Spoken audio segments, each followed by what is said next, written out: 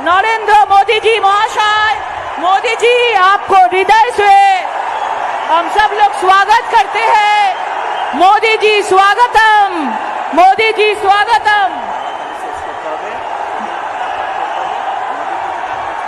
আমি শ্রমিক ভট্টাচার্য রাজ্য সভাপতি মহাশয়কে অনুরোধ করব মোদিজিকে সম্মান জানানোর জন্য, মোদিজিকে সম্মান জানানোর জন্য আমি রাজ্যসভার সাংসদ শ্রমিক ভট্টাচার্যকে অনুরোধ করব উনি মাটির দুর্গা দিয়ে এবং রজনীগন্ধার মালা দিয়ে বাঙালিয়ানার অস্মিতা বজায় রেখে উনি মোদিজিকে স্বাগত করবেন। শ্রমিক ভট্টাচার্য মহাশয়, আমি শুভেন্দু অধিকারী মহাশয়, আমাদের লিডার অফ অপোজিশন, আমি অনুরোধ করব যে সম্মান দেওয়ার জন্য আমাদের প্রধানমন্ত্রী নরেন্দ্র মোদীজিকে উনি পদ্ম ফুলের মালা, সোনালী দুর্গা এবং উত্তরীয় দিয়ে উনি স্বাগত করবেন।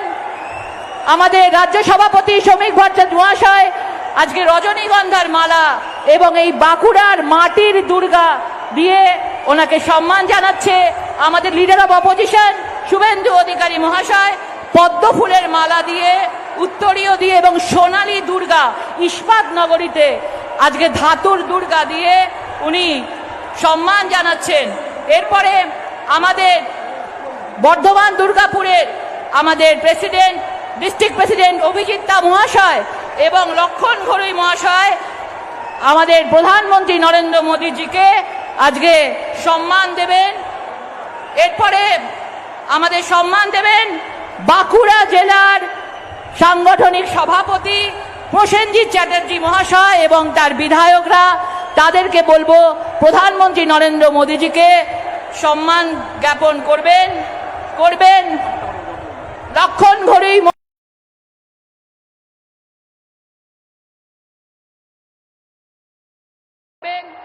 সুজিত অগস্তি মহাশয় বিষ্ণুপুর সাংগঠনিক জেলার এবং আমাদের সকলের প্রিয় সৌমিত্র খা মহাশয় এবং ওখানকার বিষ্ণুপুর সাংগঠনিক জেলার বিধায়কগণ একসাথে মোদিজিকে সম্মান জ্ঞাপন করবেন।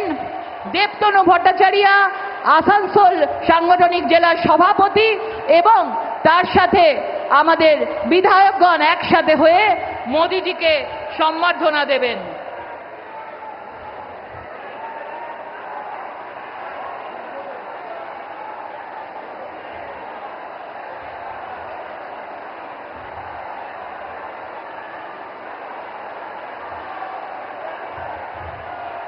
আমি অনুরোধ করব আমাদের লিডার অফ অপোজিশন আমাদের শুভেন্দু অধিকারী মহাশয়কে আপনাদের সামনে কিছু বক্তব্য রাখার জন্য।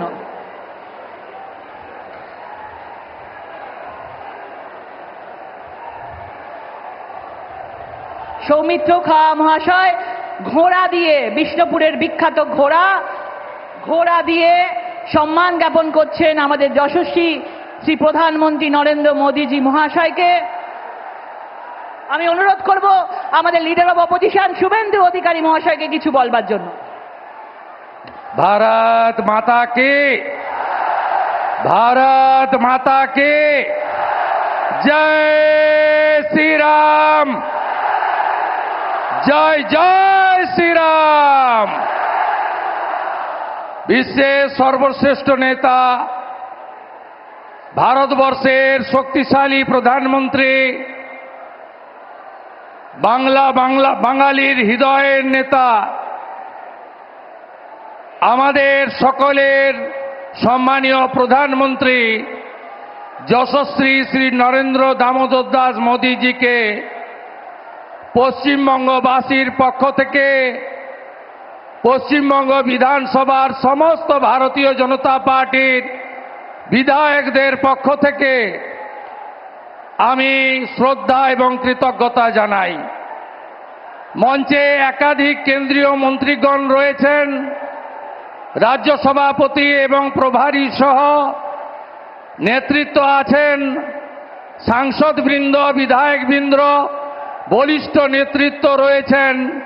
সকলকে আমি ধন্যবাদ জ্ঞাপন করি এবং দেবতুল্য পশ্চিমবঙ্গের জনগণ, জনতা জনার্দন, প্রবল বৃষ্টিকে উপেক্ষা করে লক্ষাধিক 2 লক্ষের কাছাকাছি মানুষ এই জায়গা ভরিয়ে দিয়েছেন। আমি আপনাদের সকলকে বিশ্বের সর্ববৃহৎ রাজনৈতিক দল ভারতীয় জনতা পার্টি, যে পার্টি নেশন ফার্স্ট মন্ত্রে দীক্ষিত, যে পার্টির নেতা নরেন্দ্র দামোদর দাস মোদী 100 কিলোমিটার ভিতরে ঢুকে মাসুদ আজহারদের গুড়িয়ে দিয়েছেন অপারেশন সিঁদুর করে, আপনাদের ধন্যবাদ জানাই। আমাদের প্রধানমন্ত্রীর বক্তব্য আপনারা শুনবেন। আমরা প্রত্যেক দিন একবার নয় 3 বার বলি, প্রধানমন্ত্রী অনেক বিহারে কর্মসূচি করে এসেছেন। বাংলাকে আজকে 5400 কোটি টাকার উন্নয়নের উপহার দিয়ে গেছেন। তাই নরেন্দ্র মোদীজির কথা শোনার সুযোগ করে দিই, তার জন্য আমি এখানেই আমার বক্তব্য শেষ করছি। হীরক রানী দড়ি ধরে মারো টান, দড়ি ধরে মারো টান। তৃণমূল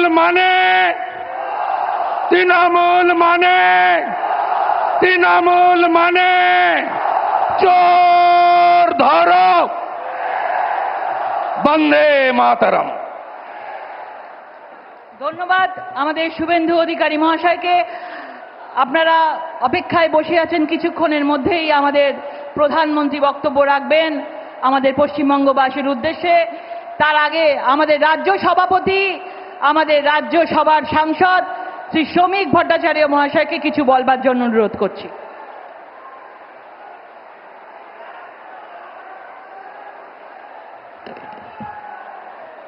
পৃথিবীর জনপ্রিয়তম রাজনৈতিক ব্যক্তিত্ব,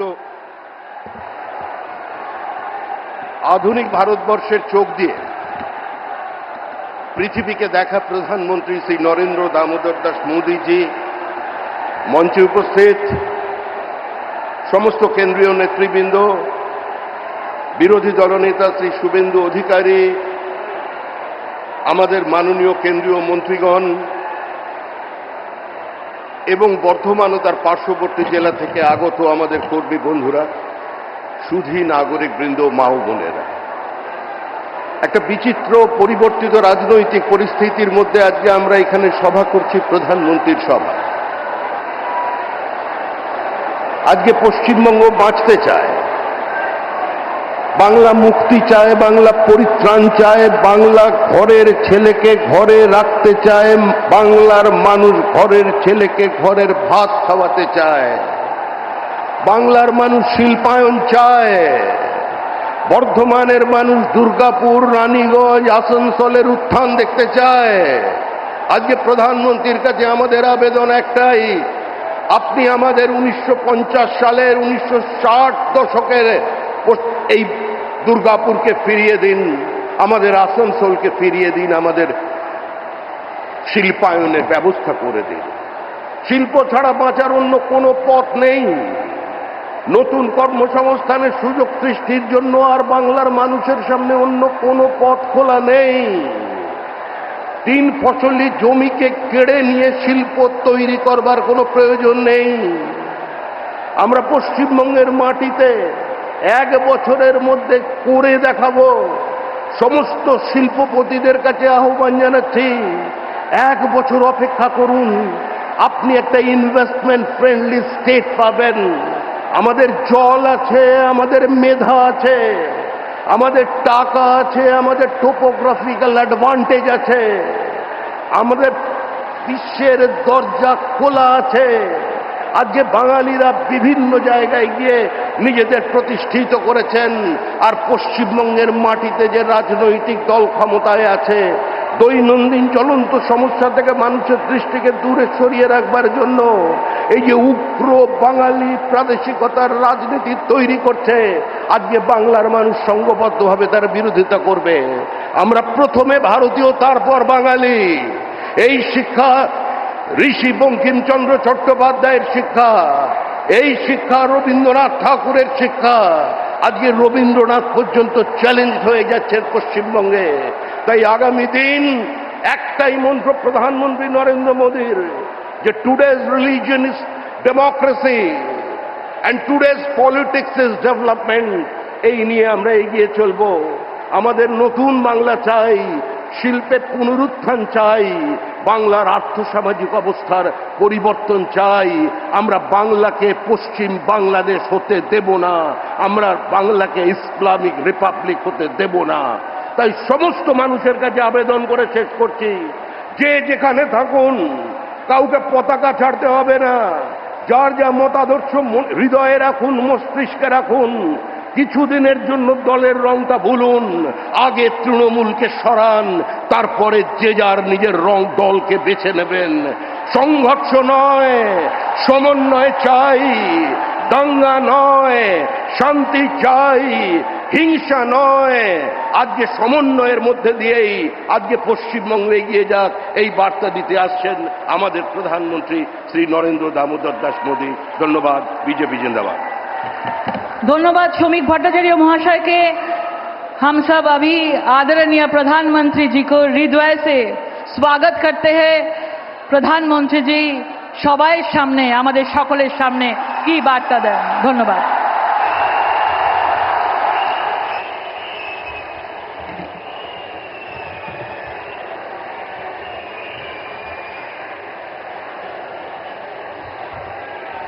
भारत माता की,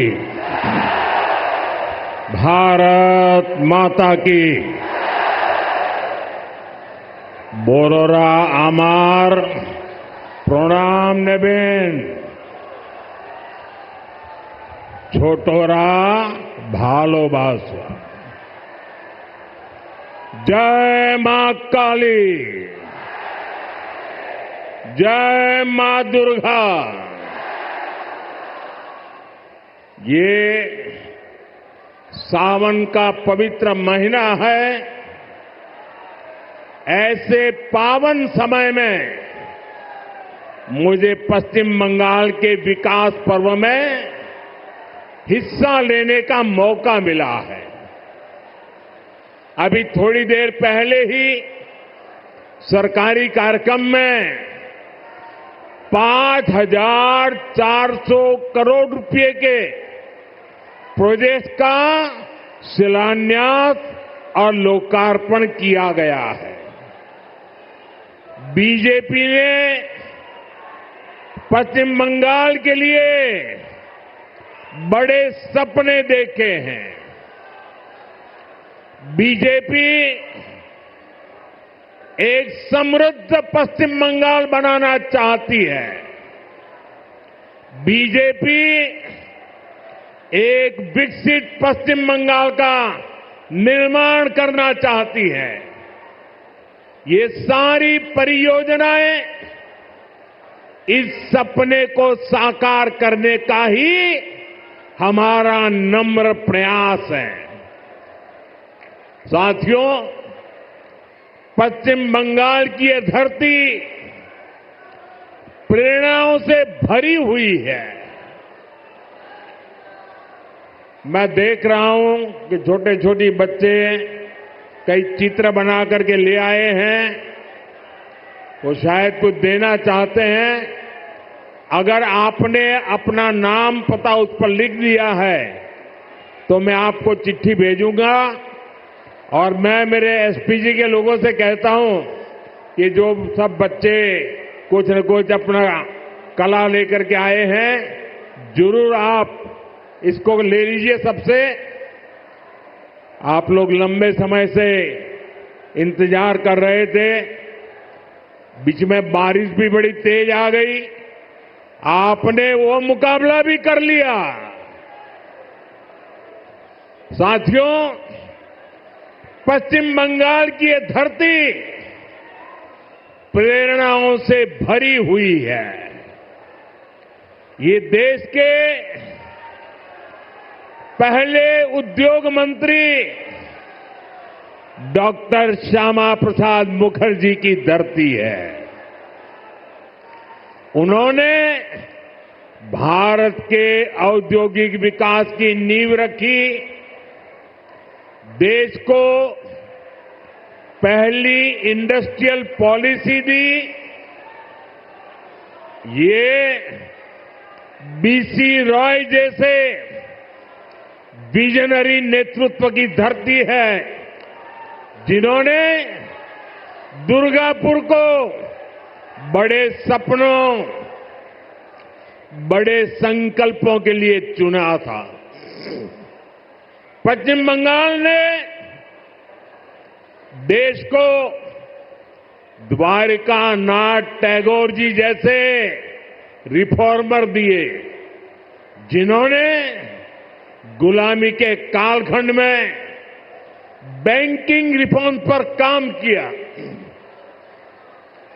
उद्यमों से कैसे समाज का भला हो सकता है, ये करके दिखाया।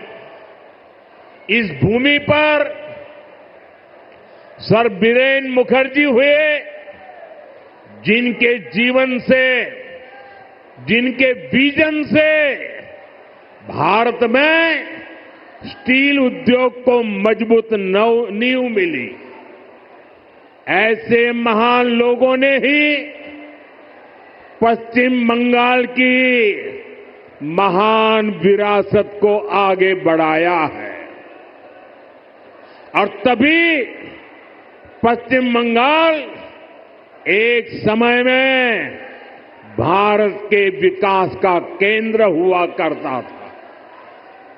यहां उद्योग फले फूले, व्यापार कारोबार को बल मिला, लोग यहां देश भर से रोजगार के लिए आते थे।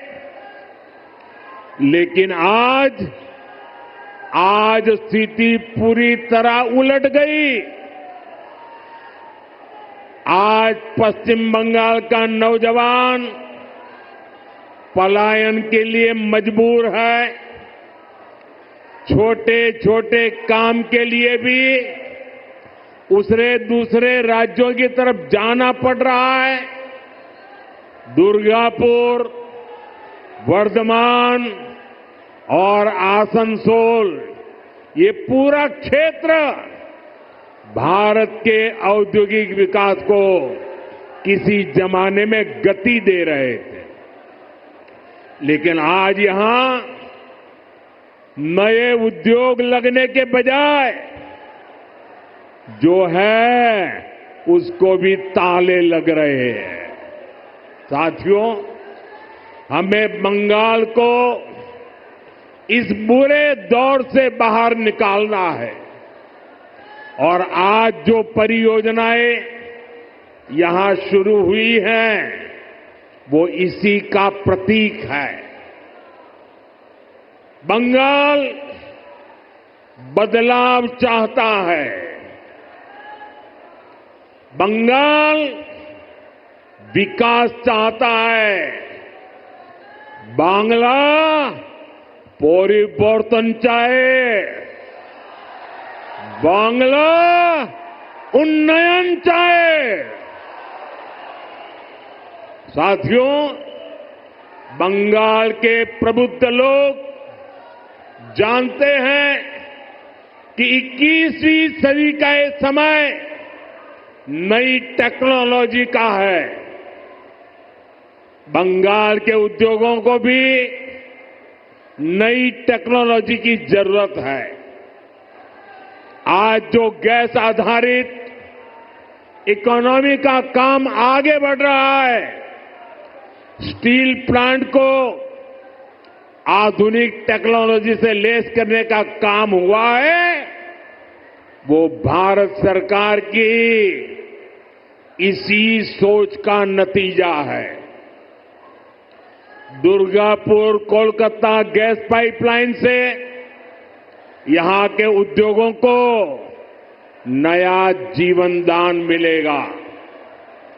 ये जो गैस पाइपलाइन है, इस पर केंद्र की भाजपा सरकार हजारों करोड़ रुपए खर्च कर रही है, ताकि यहां सीएनजी वाली गाड़ियां चल पाए, आपके पैसे बचे। यहां नए नए कारखानों को बल मिले और सबसे बड़ी बात, इससे बंगाल के नौजवानों के लिए रोजगार के नए मौके बनेंगे।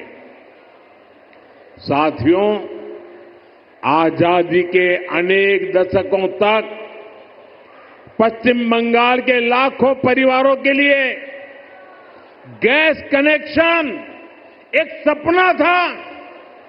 बीते सालों में ऐसे परिवारों को गैस कनेक्शन मिला। अब हमारा प्रयास है कि बहनों के किचन में, रसोई घर में जैसे नल से पानी आता है, वैसे ही पाइप से सस्ती गैस आपके किचन तक पहुंचे। अभी कुछ देर पहले जो कार्यक्रम हुआ है, वो आपका जीवन भी आसान बनाएगा और यहां उद्योगों को भी गति देगा।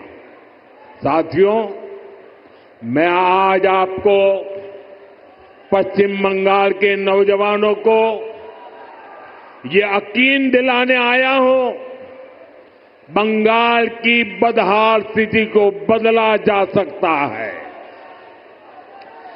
बीजेपी सरकार आने के बाद कुछ ही वर्षों में पश्चिम बंगाल देश के टॉप इंडस्ट्रियल राज्यों में से एक बन सकता है।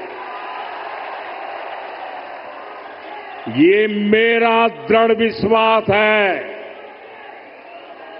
और मेरे इस विश्वास का कारण है पश्चिम बंगाल में समर्थ और प्रतिभाशाली मेरे नौजवान भाई बहन हैं। यहां नदियां भी हैं और समंदर भी है।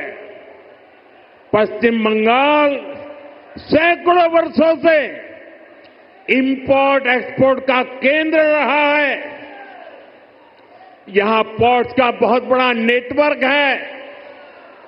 यहां प्राकृतिक संसाधन है, यानी मेक इन इंडिया को गति देने के लिए, मिशन मैन्युफैक्चरिंग में तेजी लाने के लिए पश्चिम बंगाल के पास हर शक्ति मौजूद है। बस यहां की टीएमसी सरकार बंगाल के विकास के आगे दीवार बनकर खड़ी है। जिस दिन टीएमसी सरकार की दीवार बंगाल में गिरी, उसी दिन से बंगाल विकास की नई तेजी पकड़ लेगा।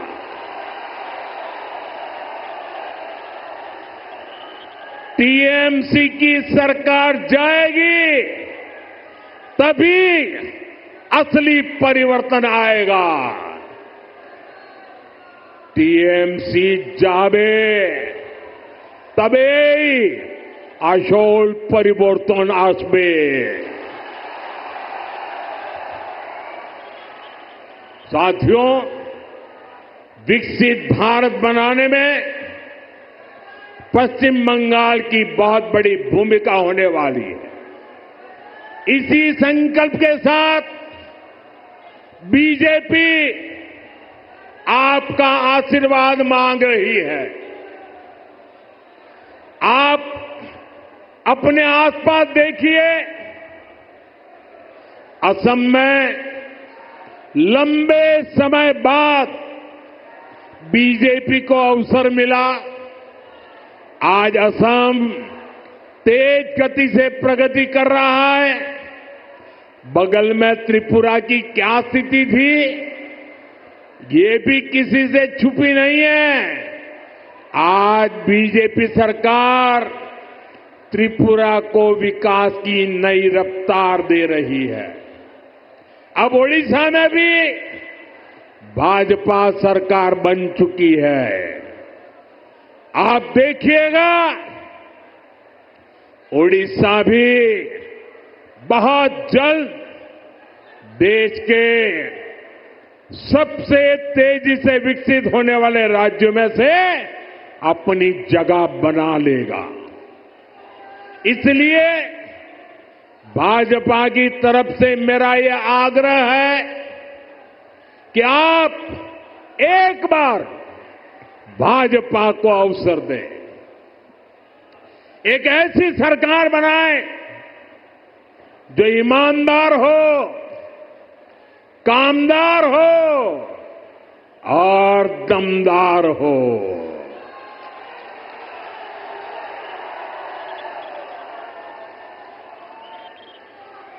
বিকশিত বাংলার মোদির গ্যারান্টি, বিকশিত বাংলা बीजेपी संकल्प।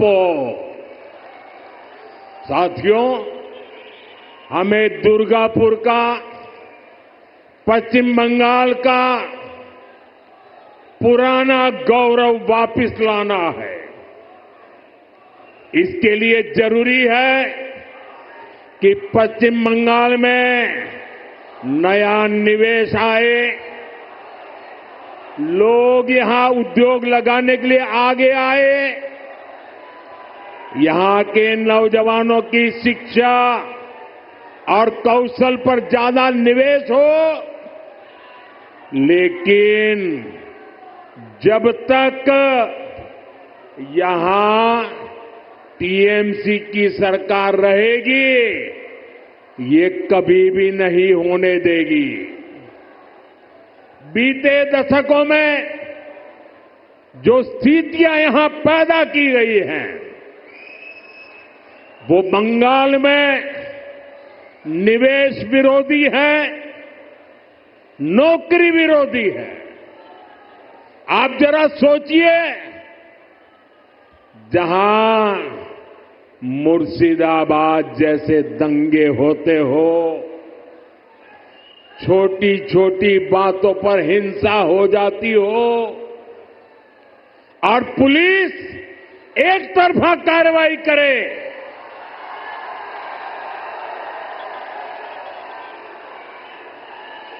जहां न्याय की कोई उम्मीद ना हो, वहां कोई कैसे निवेश कर सकता है? यहां की राज्य सरकार लोगों की जान और उनकी दुकान की सुरक्षा नहीं कर सकती, तो निवेशकों को भी चिंता होती है।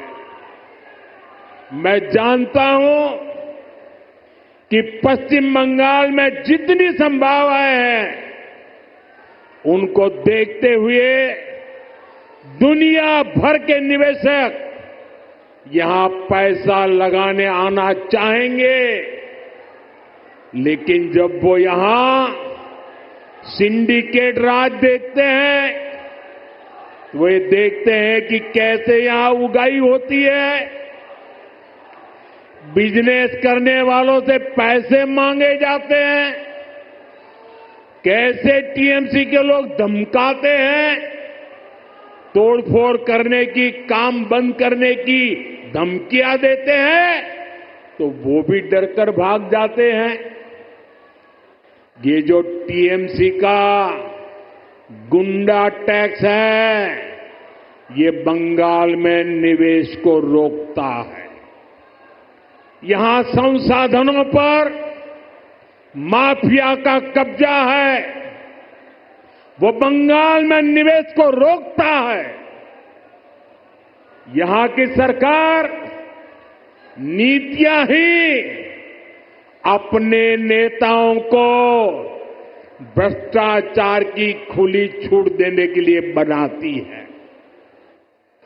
कब कौन सी नीति पलट दी जाए, इसकी भी कोई गारंटी नहीं। यही कारण है कि टीएमसी के राज में सैकड़ों कंपनियां पश्चिम बंगाल छोड़ चुकी है। तभी तो यहां नौजवान को आगे बढ़ने के अवसर नहीं मिल रहे। तभी तो बंगाल का हाल बेहाल हो गया है। इसलिए आज हर कोई कह रहा है टीएमसी हटाओ, बंगाल बचाओ। टीएमसी हटाओ, टीएमसी के शोराओ, बांग्ला के बचाओ। साथियों, युवाओं की शिक्षा और कौशल के साथ जो कुछ यहां हो रहा है वो और ज्यादा चिंता बढ़ाने वाला है। प्राइमरी एजुकेशन हो या फिर हायर एजुकेशन, सबको बर्बाद किया जा रहा है। टीएमसी यहां के एजुकेशन सिस्टम पर करप्शन और क्राइम का डबल अटैक कर रही है। ये जो हजारों शिक्षक बेरोजगार हुए हैं, इसका कारण टीएमसी का भ्रष्टाचार है। इससे हजारों परिवार तो उन पर तो संकट आया ही है। स्कूलों में जो लाखों बच्चे पढ़ रहे हैं, उनका भविष्य भी टीचर्स की कमी के कारण अंधेर में है। हालत ये है कि कोर्ट को भी कहना पड़ा कि ये सिस्टमैटिक फ्रॉड है।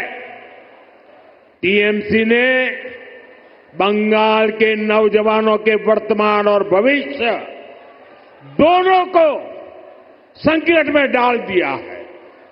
साथियों,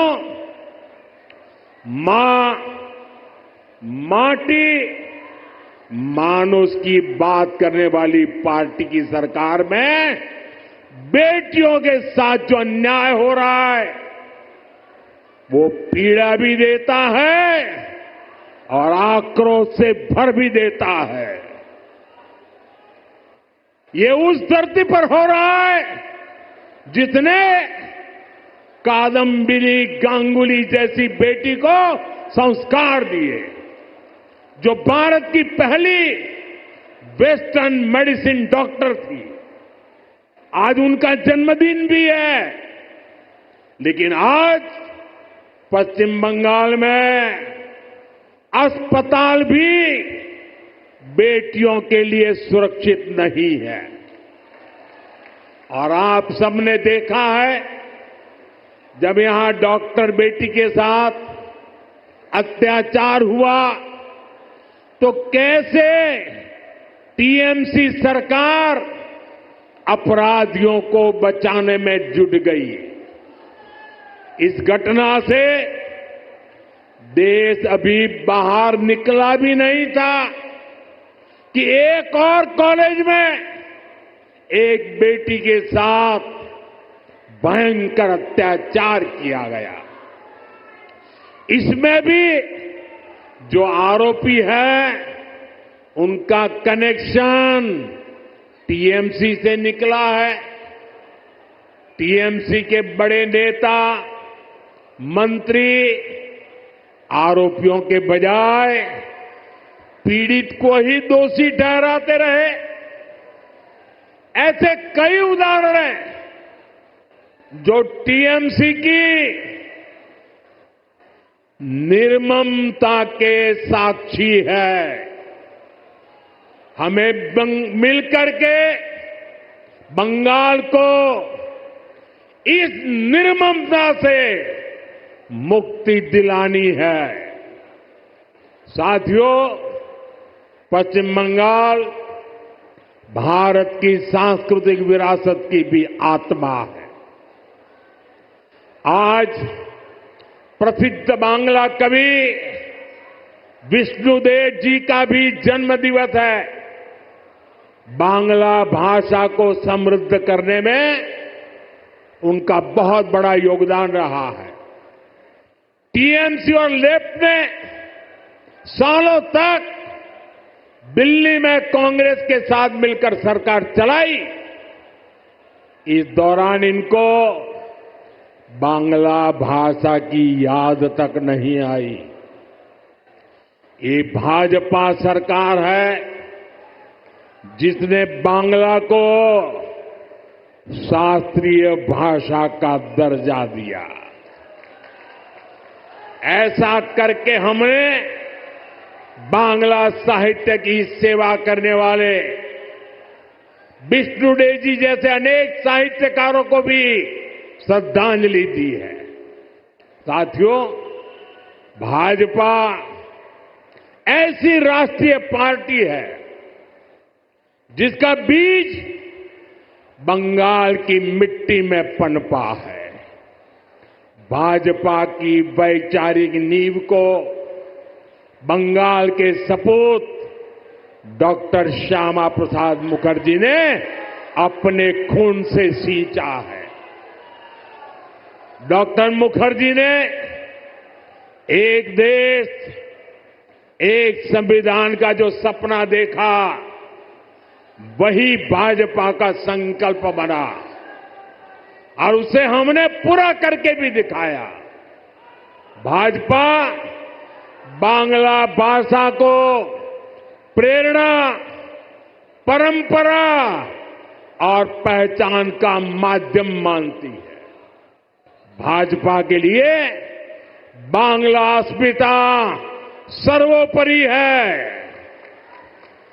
देश में जहां भी भाजपा है, वहां बांग्ला का सम्मान है, पश्चिम बंगाल के लोगों का सम्मान है।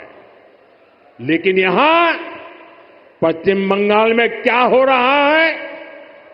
यहां टीएमसी ने अपने स्वार्थ में पश्चिम बंगाल की पहचान को भी दांव पर लगा दिया है। इसके लिए यहां घुसपैठ को बढ़ावा दिया जा रहा है। घुसपैठियों के फर्जी कागज बनाए जा रहे हैं। इसका एक पूरा इकोसिस्टम यहां डेवलप किया गया है।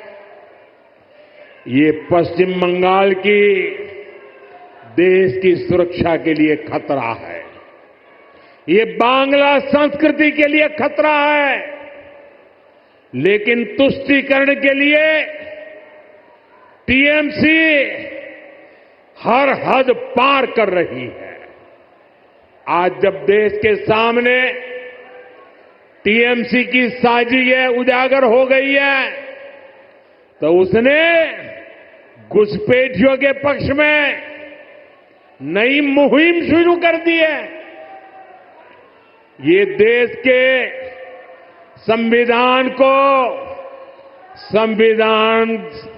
संवैधानिक संस्थाओं को भी चुनौती दे रहे हैं। टीएमसी अब उनके समर्थन में खुलकर उतर आई है। लेकिन मैं दुर्गापुर की धरती से साफ साफ कह दूं, जो भारत का नागरिक नहीं है, फिर से सुन लीजिए, जो भारत का नागरिक नहीं है, जो घुसपैठ करके आया है, उसके साथ भारत के संविधान के तहत न्याय सम्मत कार्रवाई होती रहेगी। बंगाल की अस्मिता के खिलाफ होने वाली किसी भी साजिश को बीजेपी कामयाब नहीं होने देगी। ये आपको मोदी की गारंटी है। साथियों, पश्चिम बंगाल को बीजेपी की डबल इंजन की सरकार की जरूरत है। यहां भाजपा सरकार इसलिए भी चाहिए ताकि दिल्ली से भेजा एक एक रुपया आपकी सुविधा के लिए लगे। गरीब कल्याण की, आदिवासी कल्याण की जो योजनाएं पूरे देश में लागू है, उनका लाभ पश्चिम बंगाल के लोगों को भी मिले। टीएमसी सरकार केंद्र की योजनाओं को या तो रोक लेती है या फिर उनमें भ्रष्टाचार करती है। रोड, रेल, टेलीकॉम ऐसे अनेक विभागों से जुड़े अनेक प्रोजेक्ट हैं जो यहां लटके हुए हैं।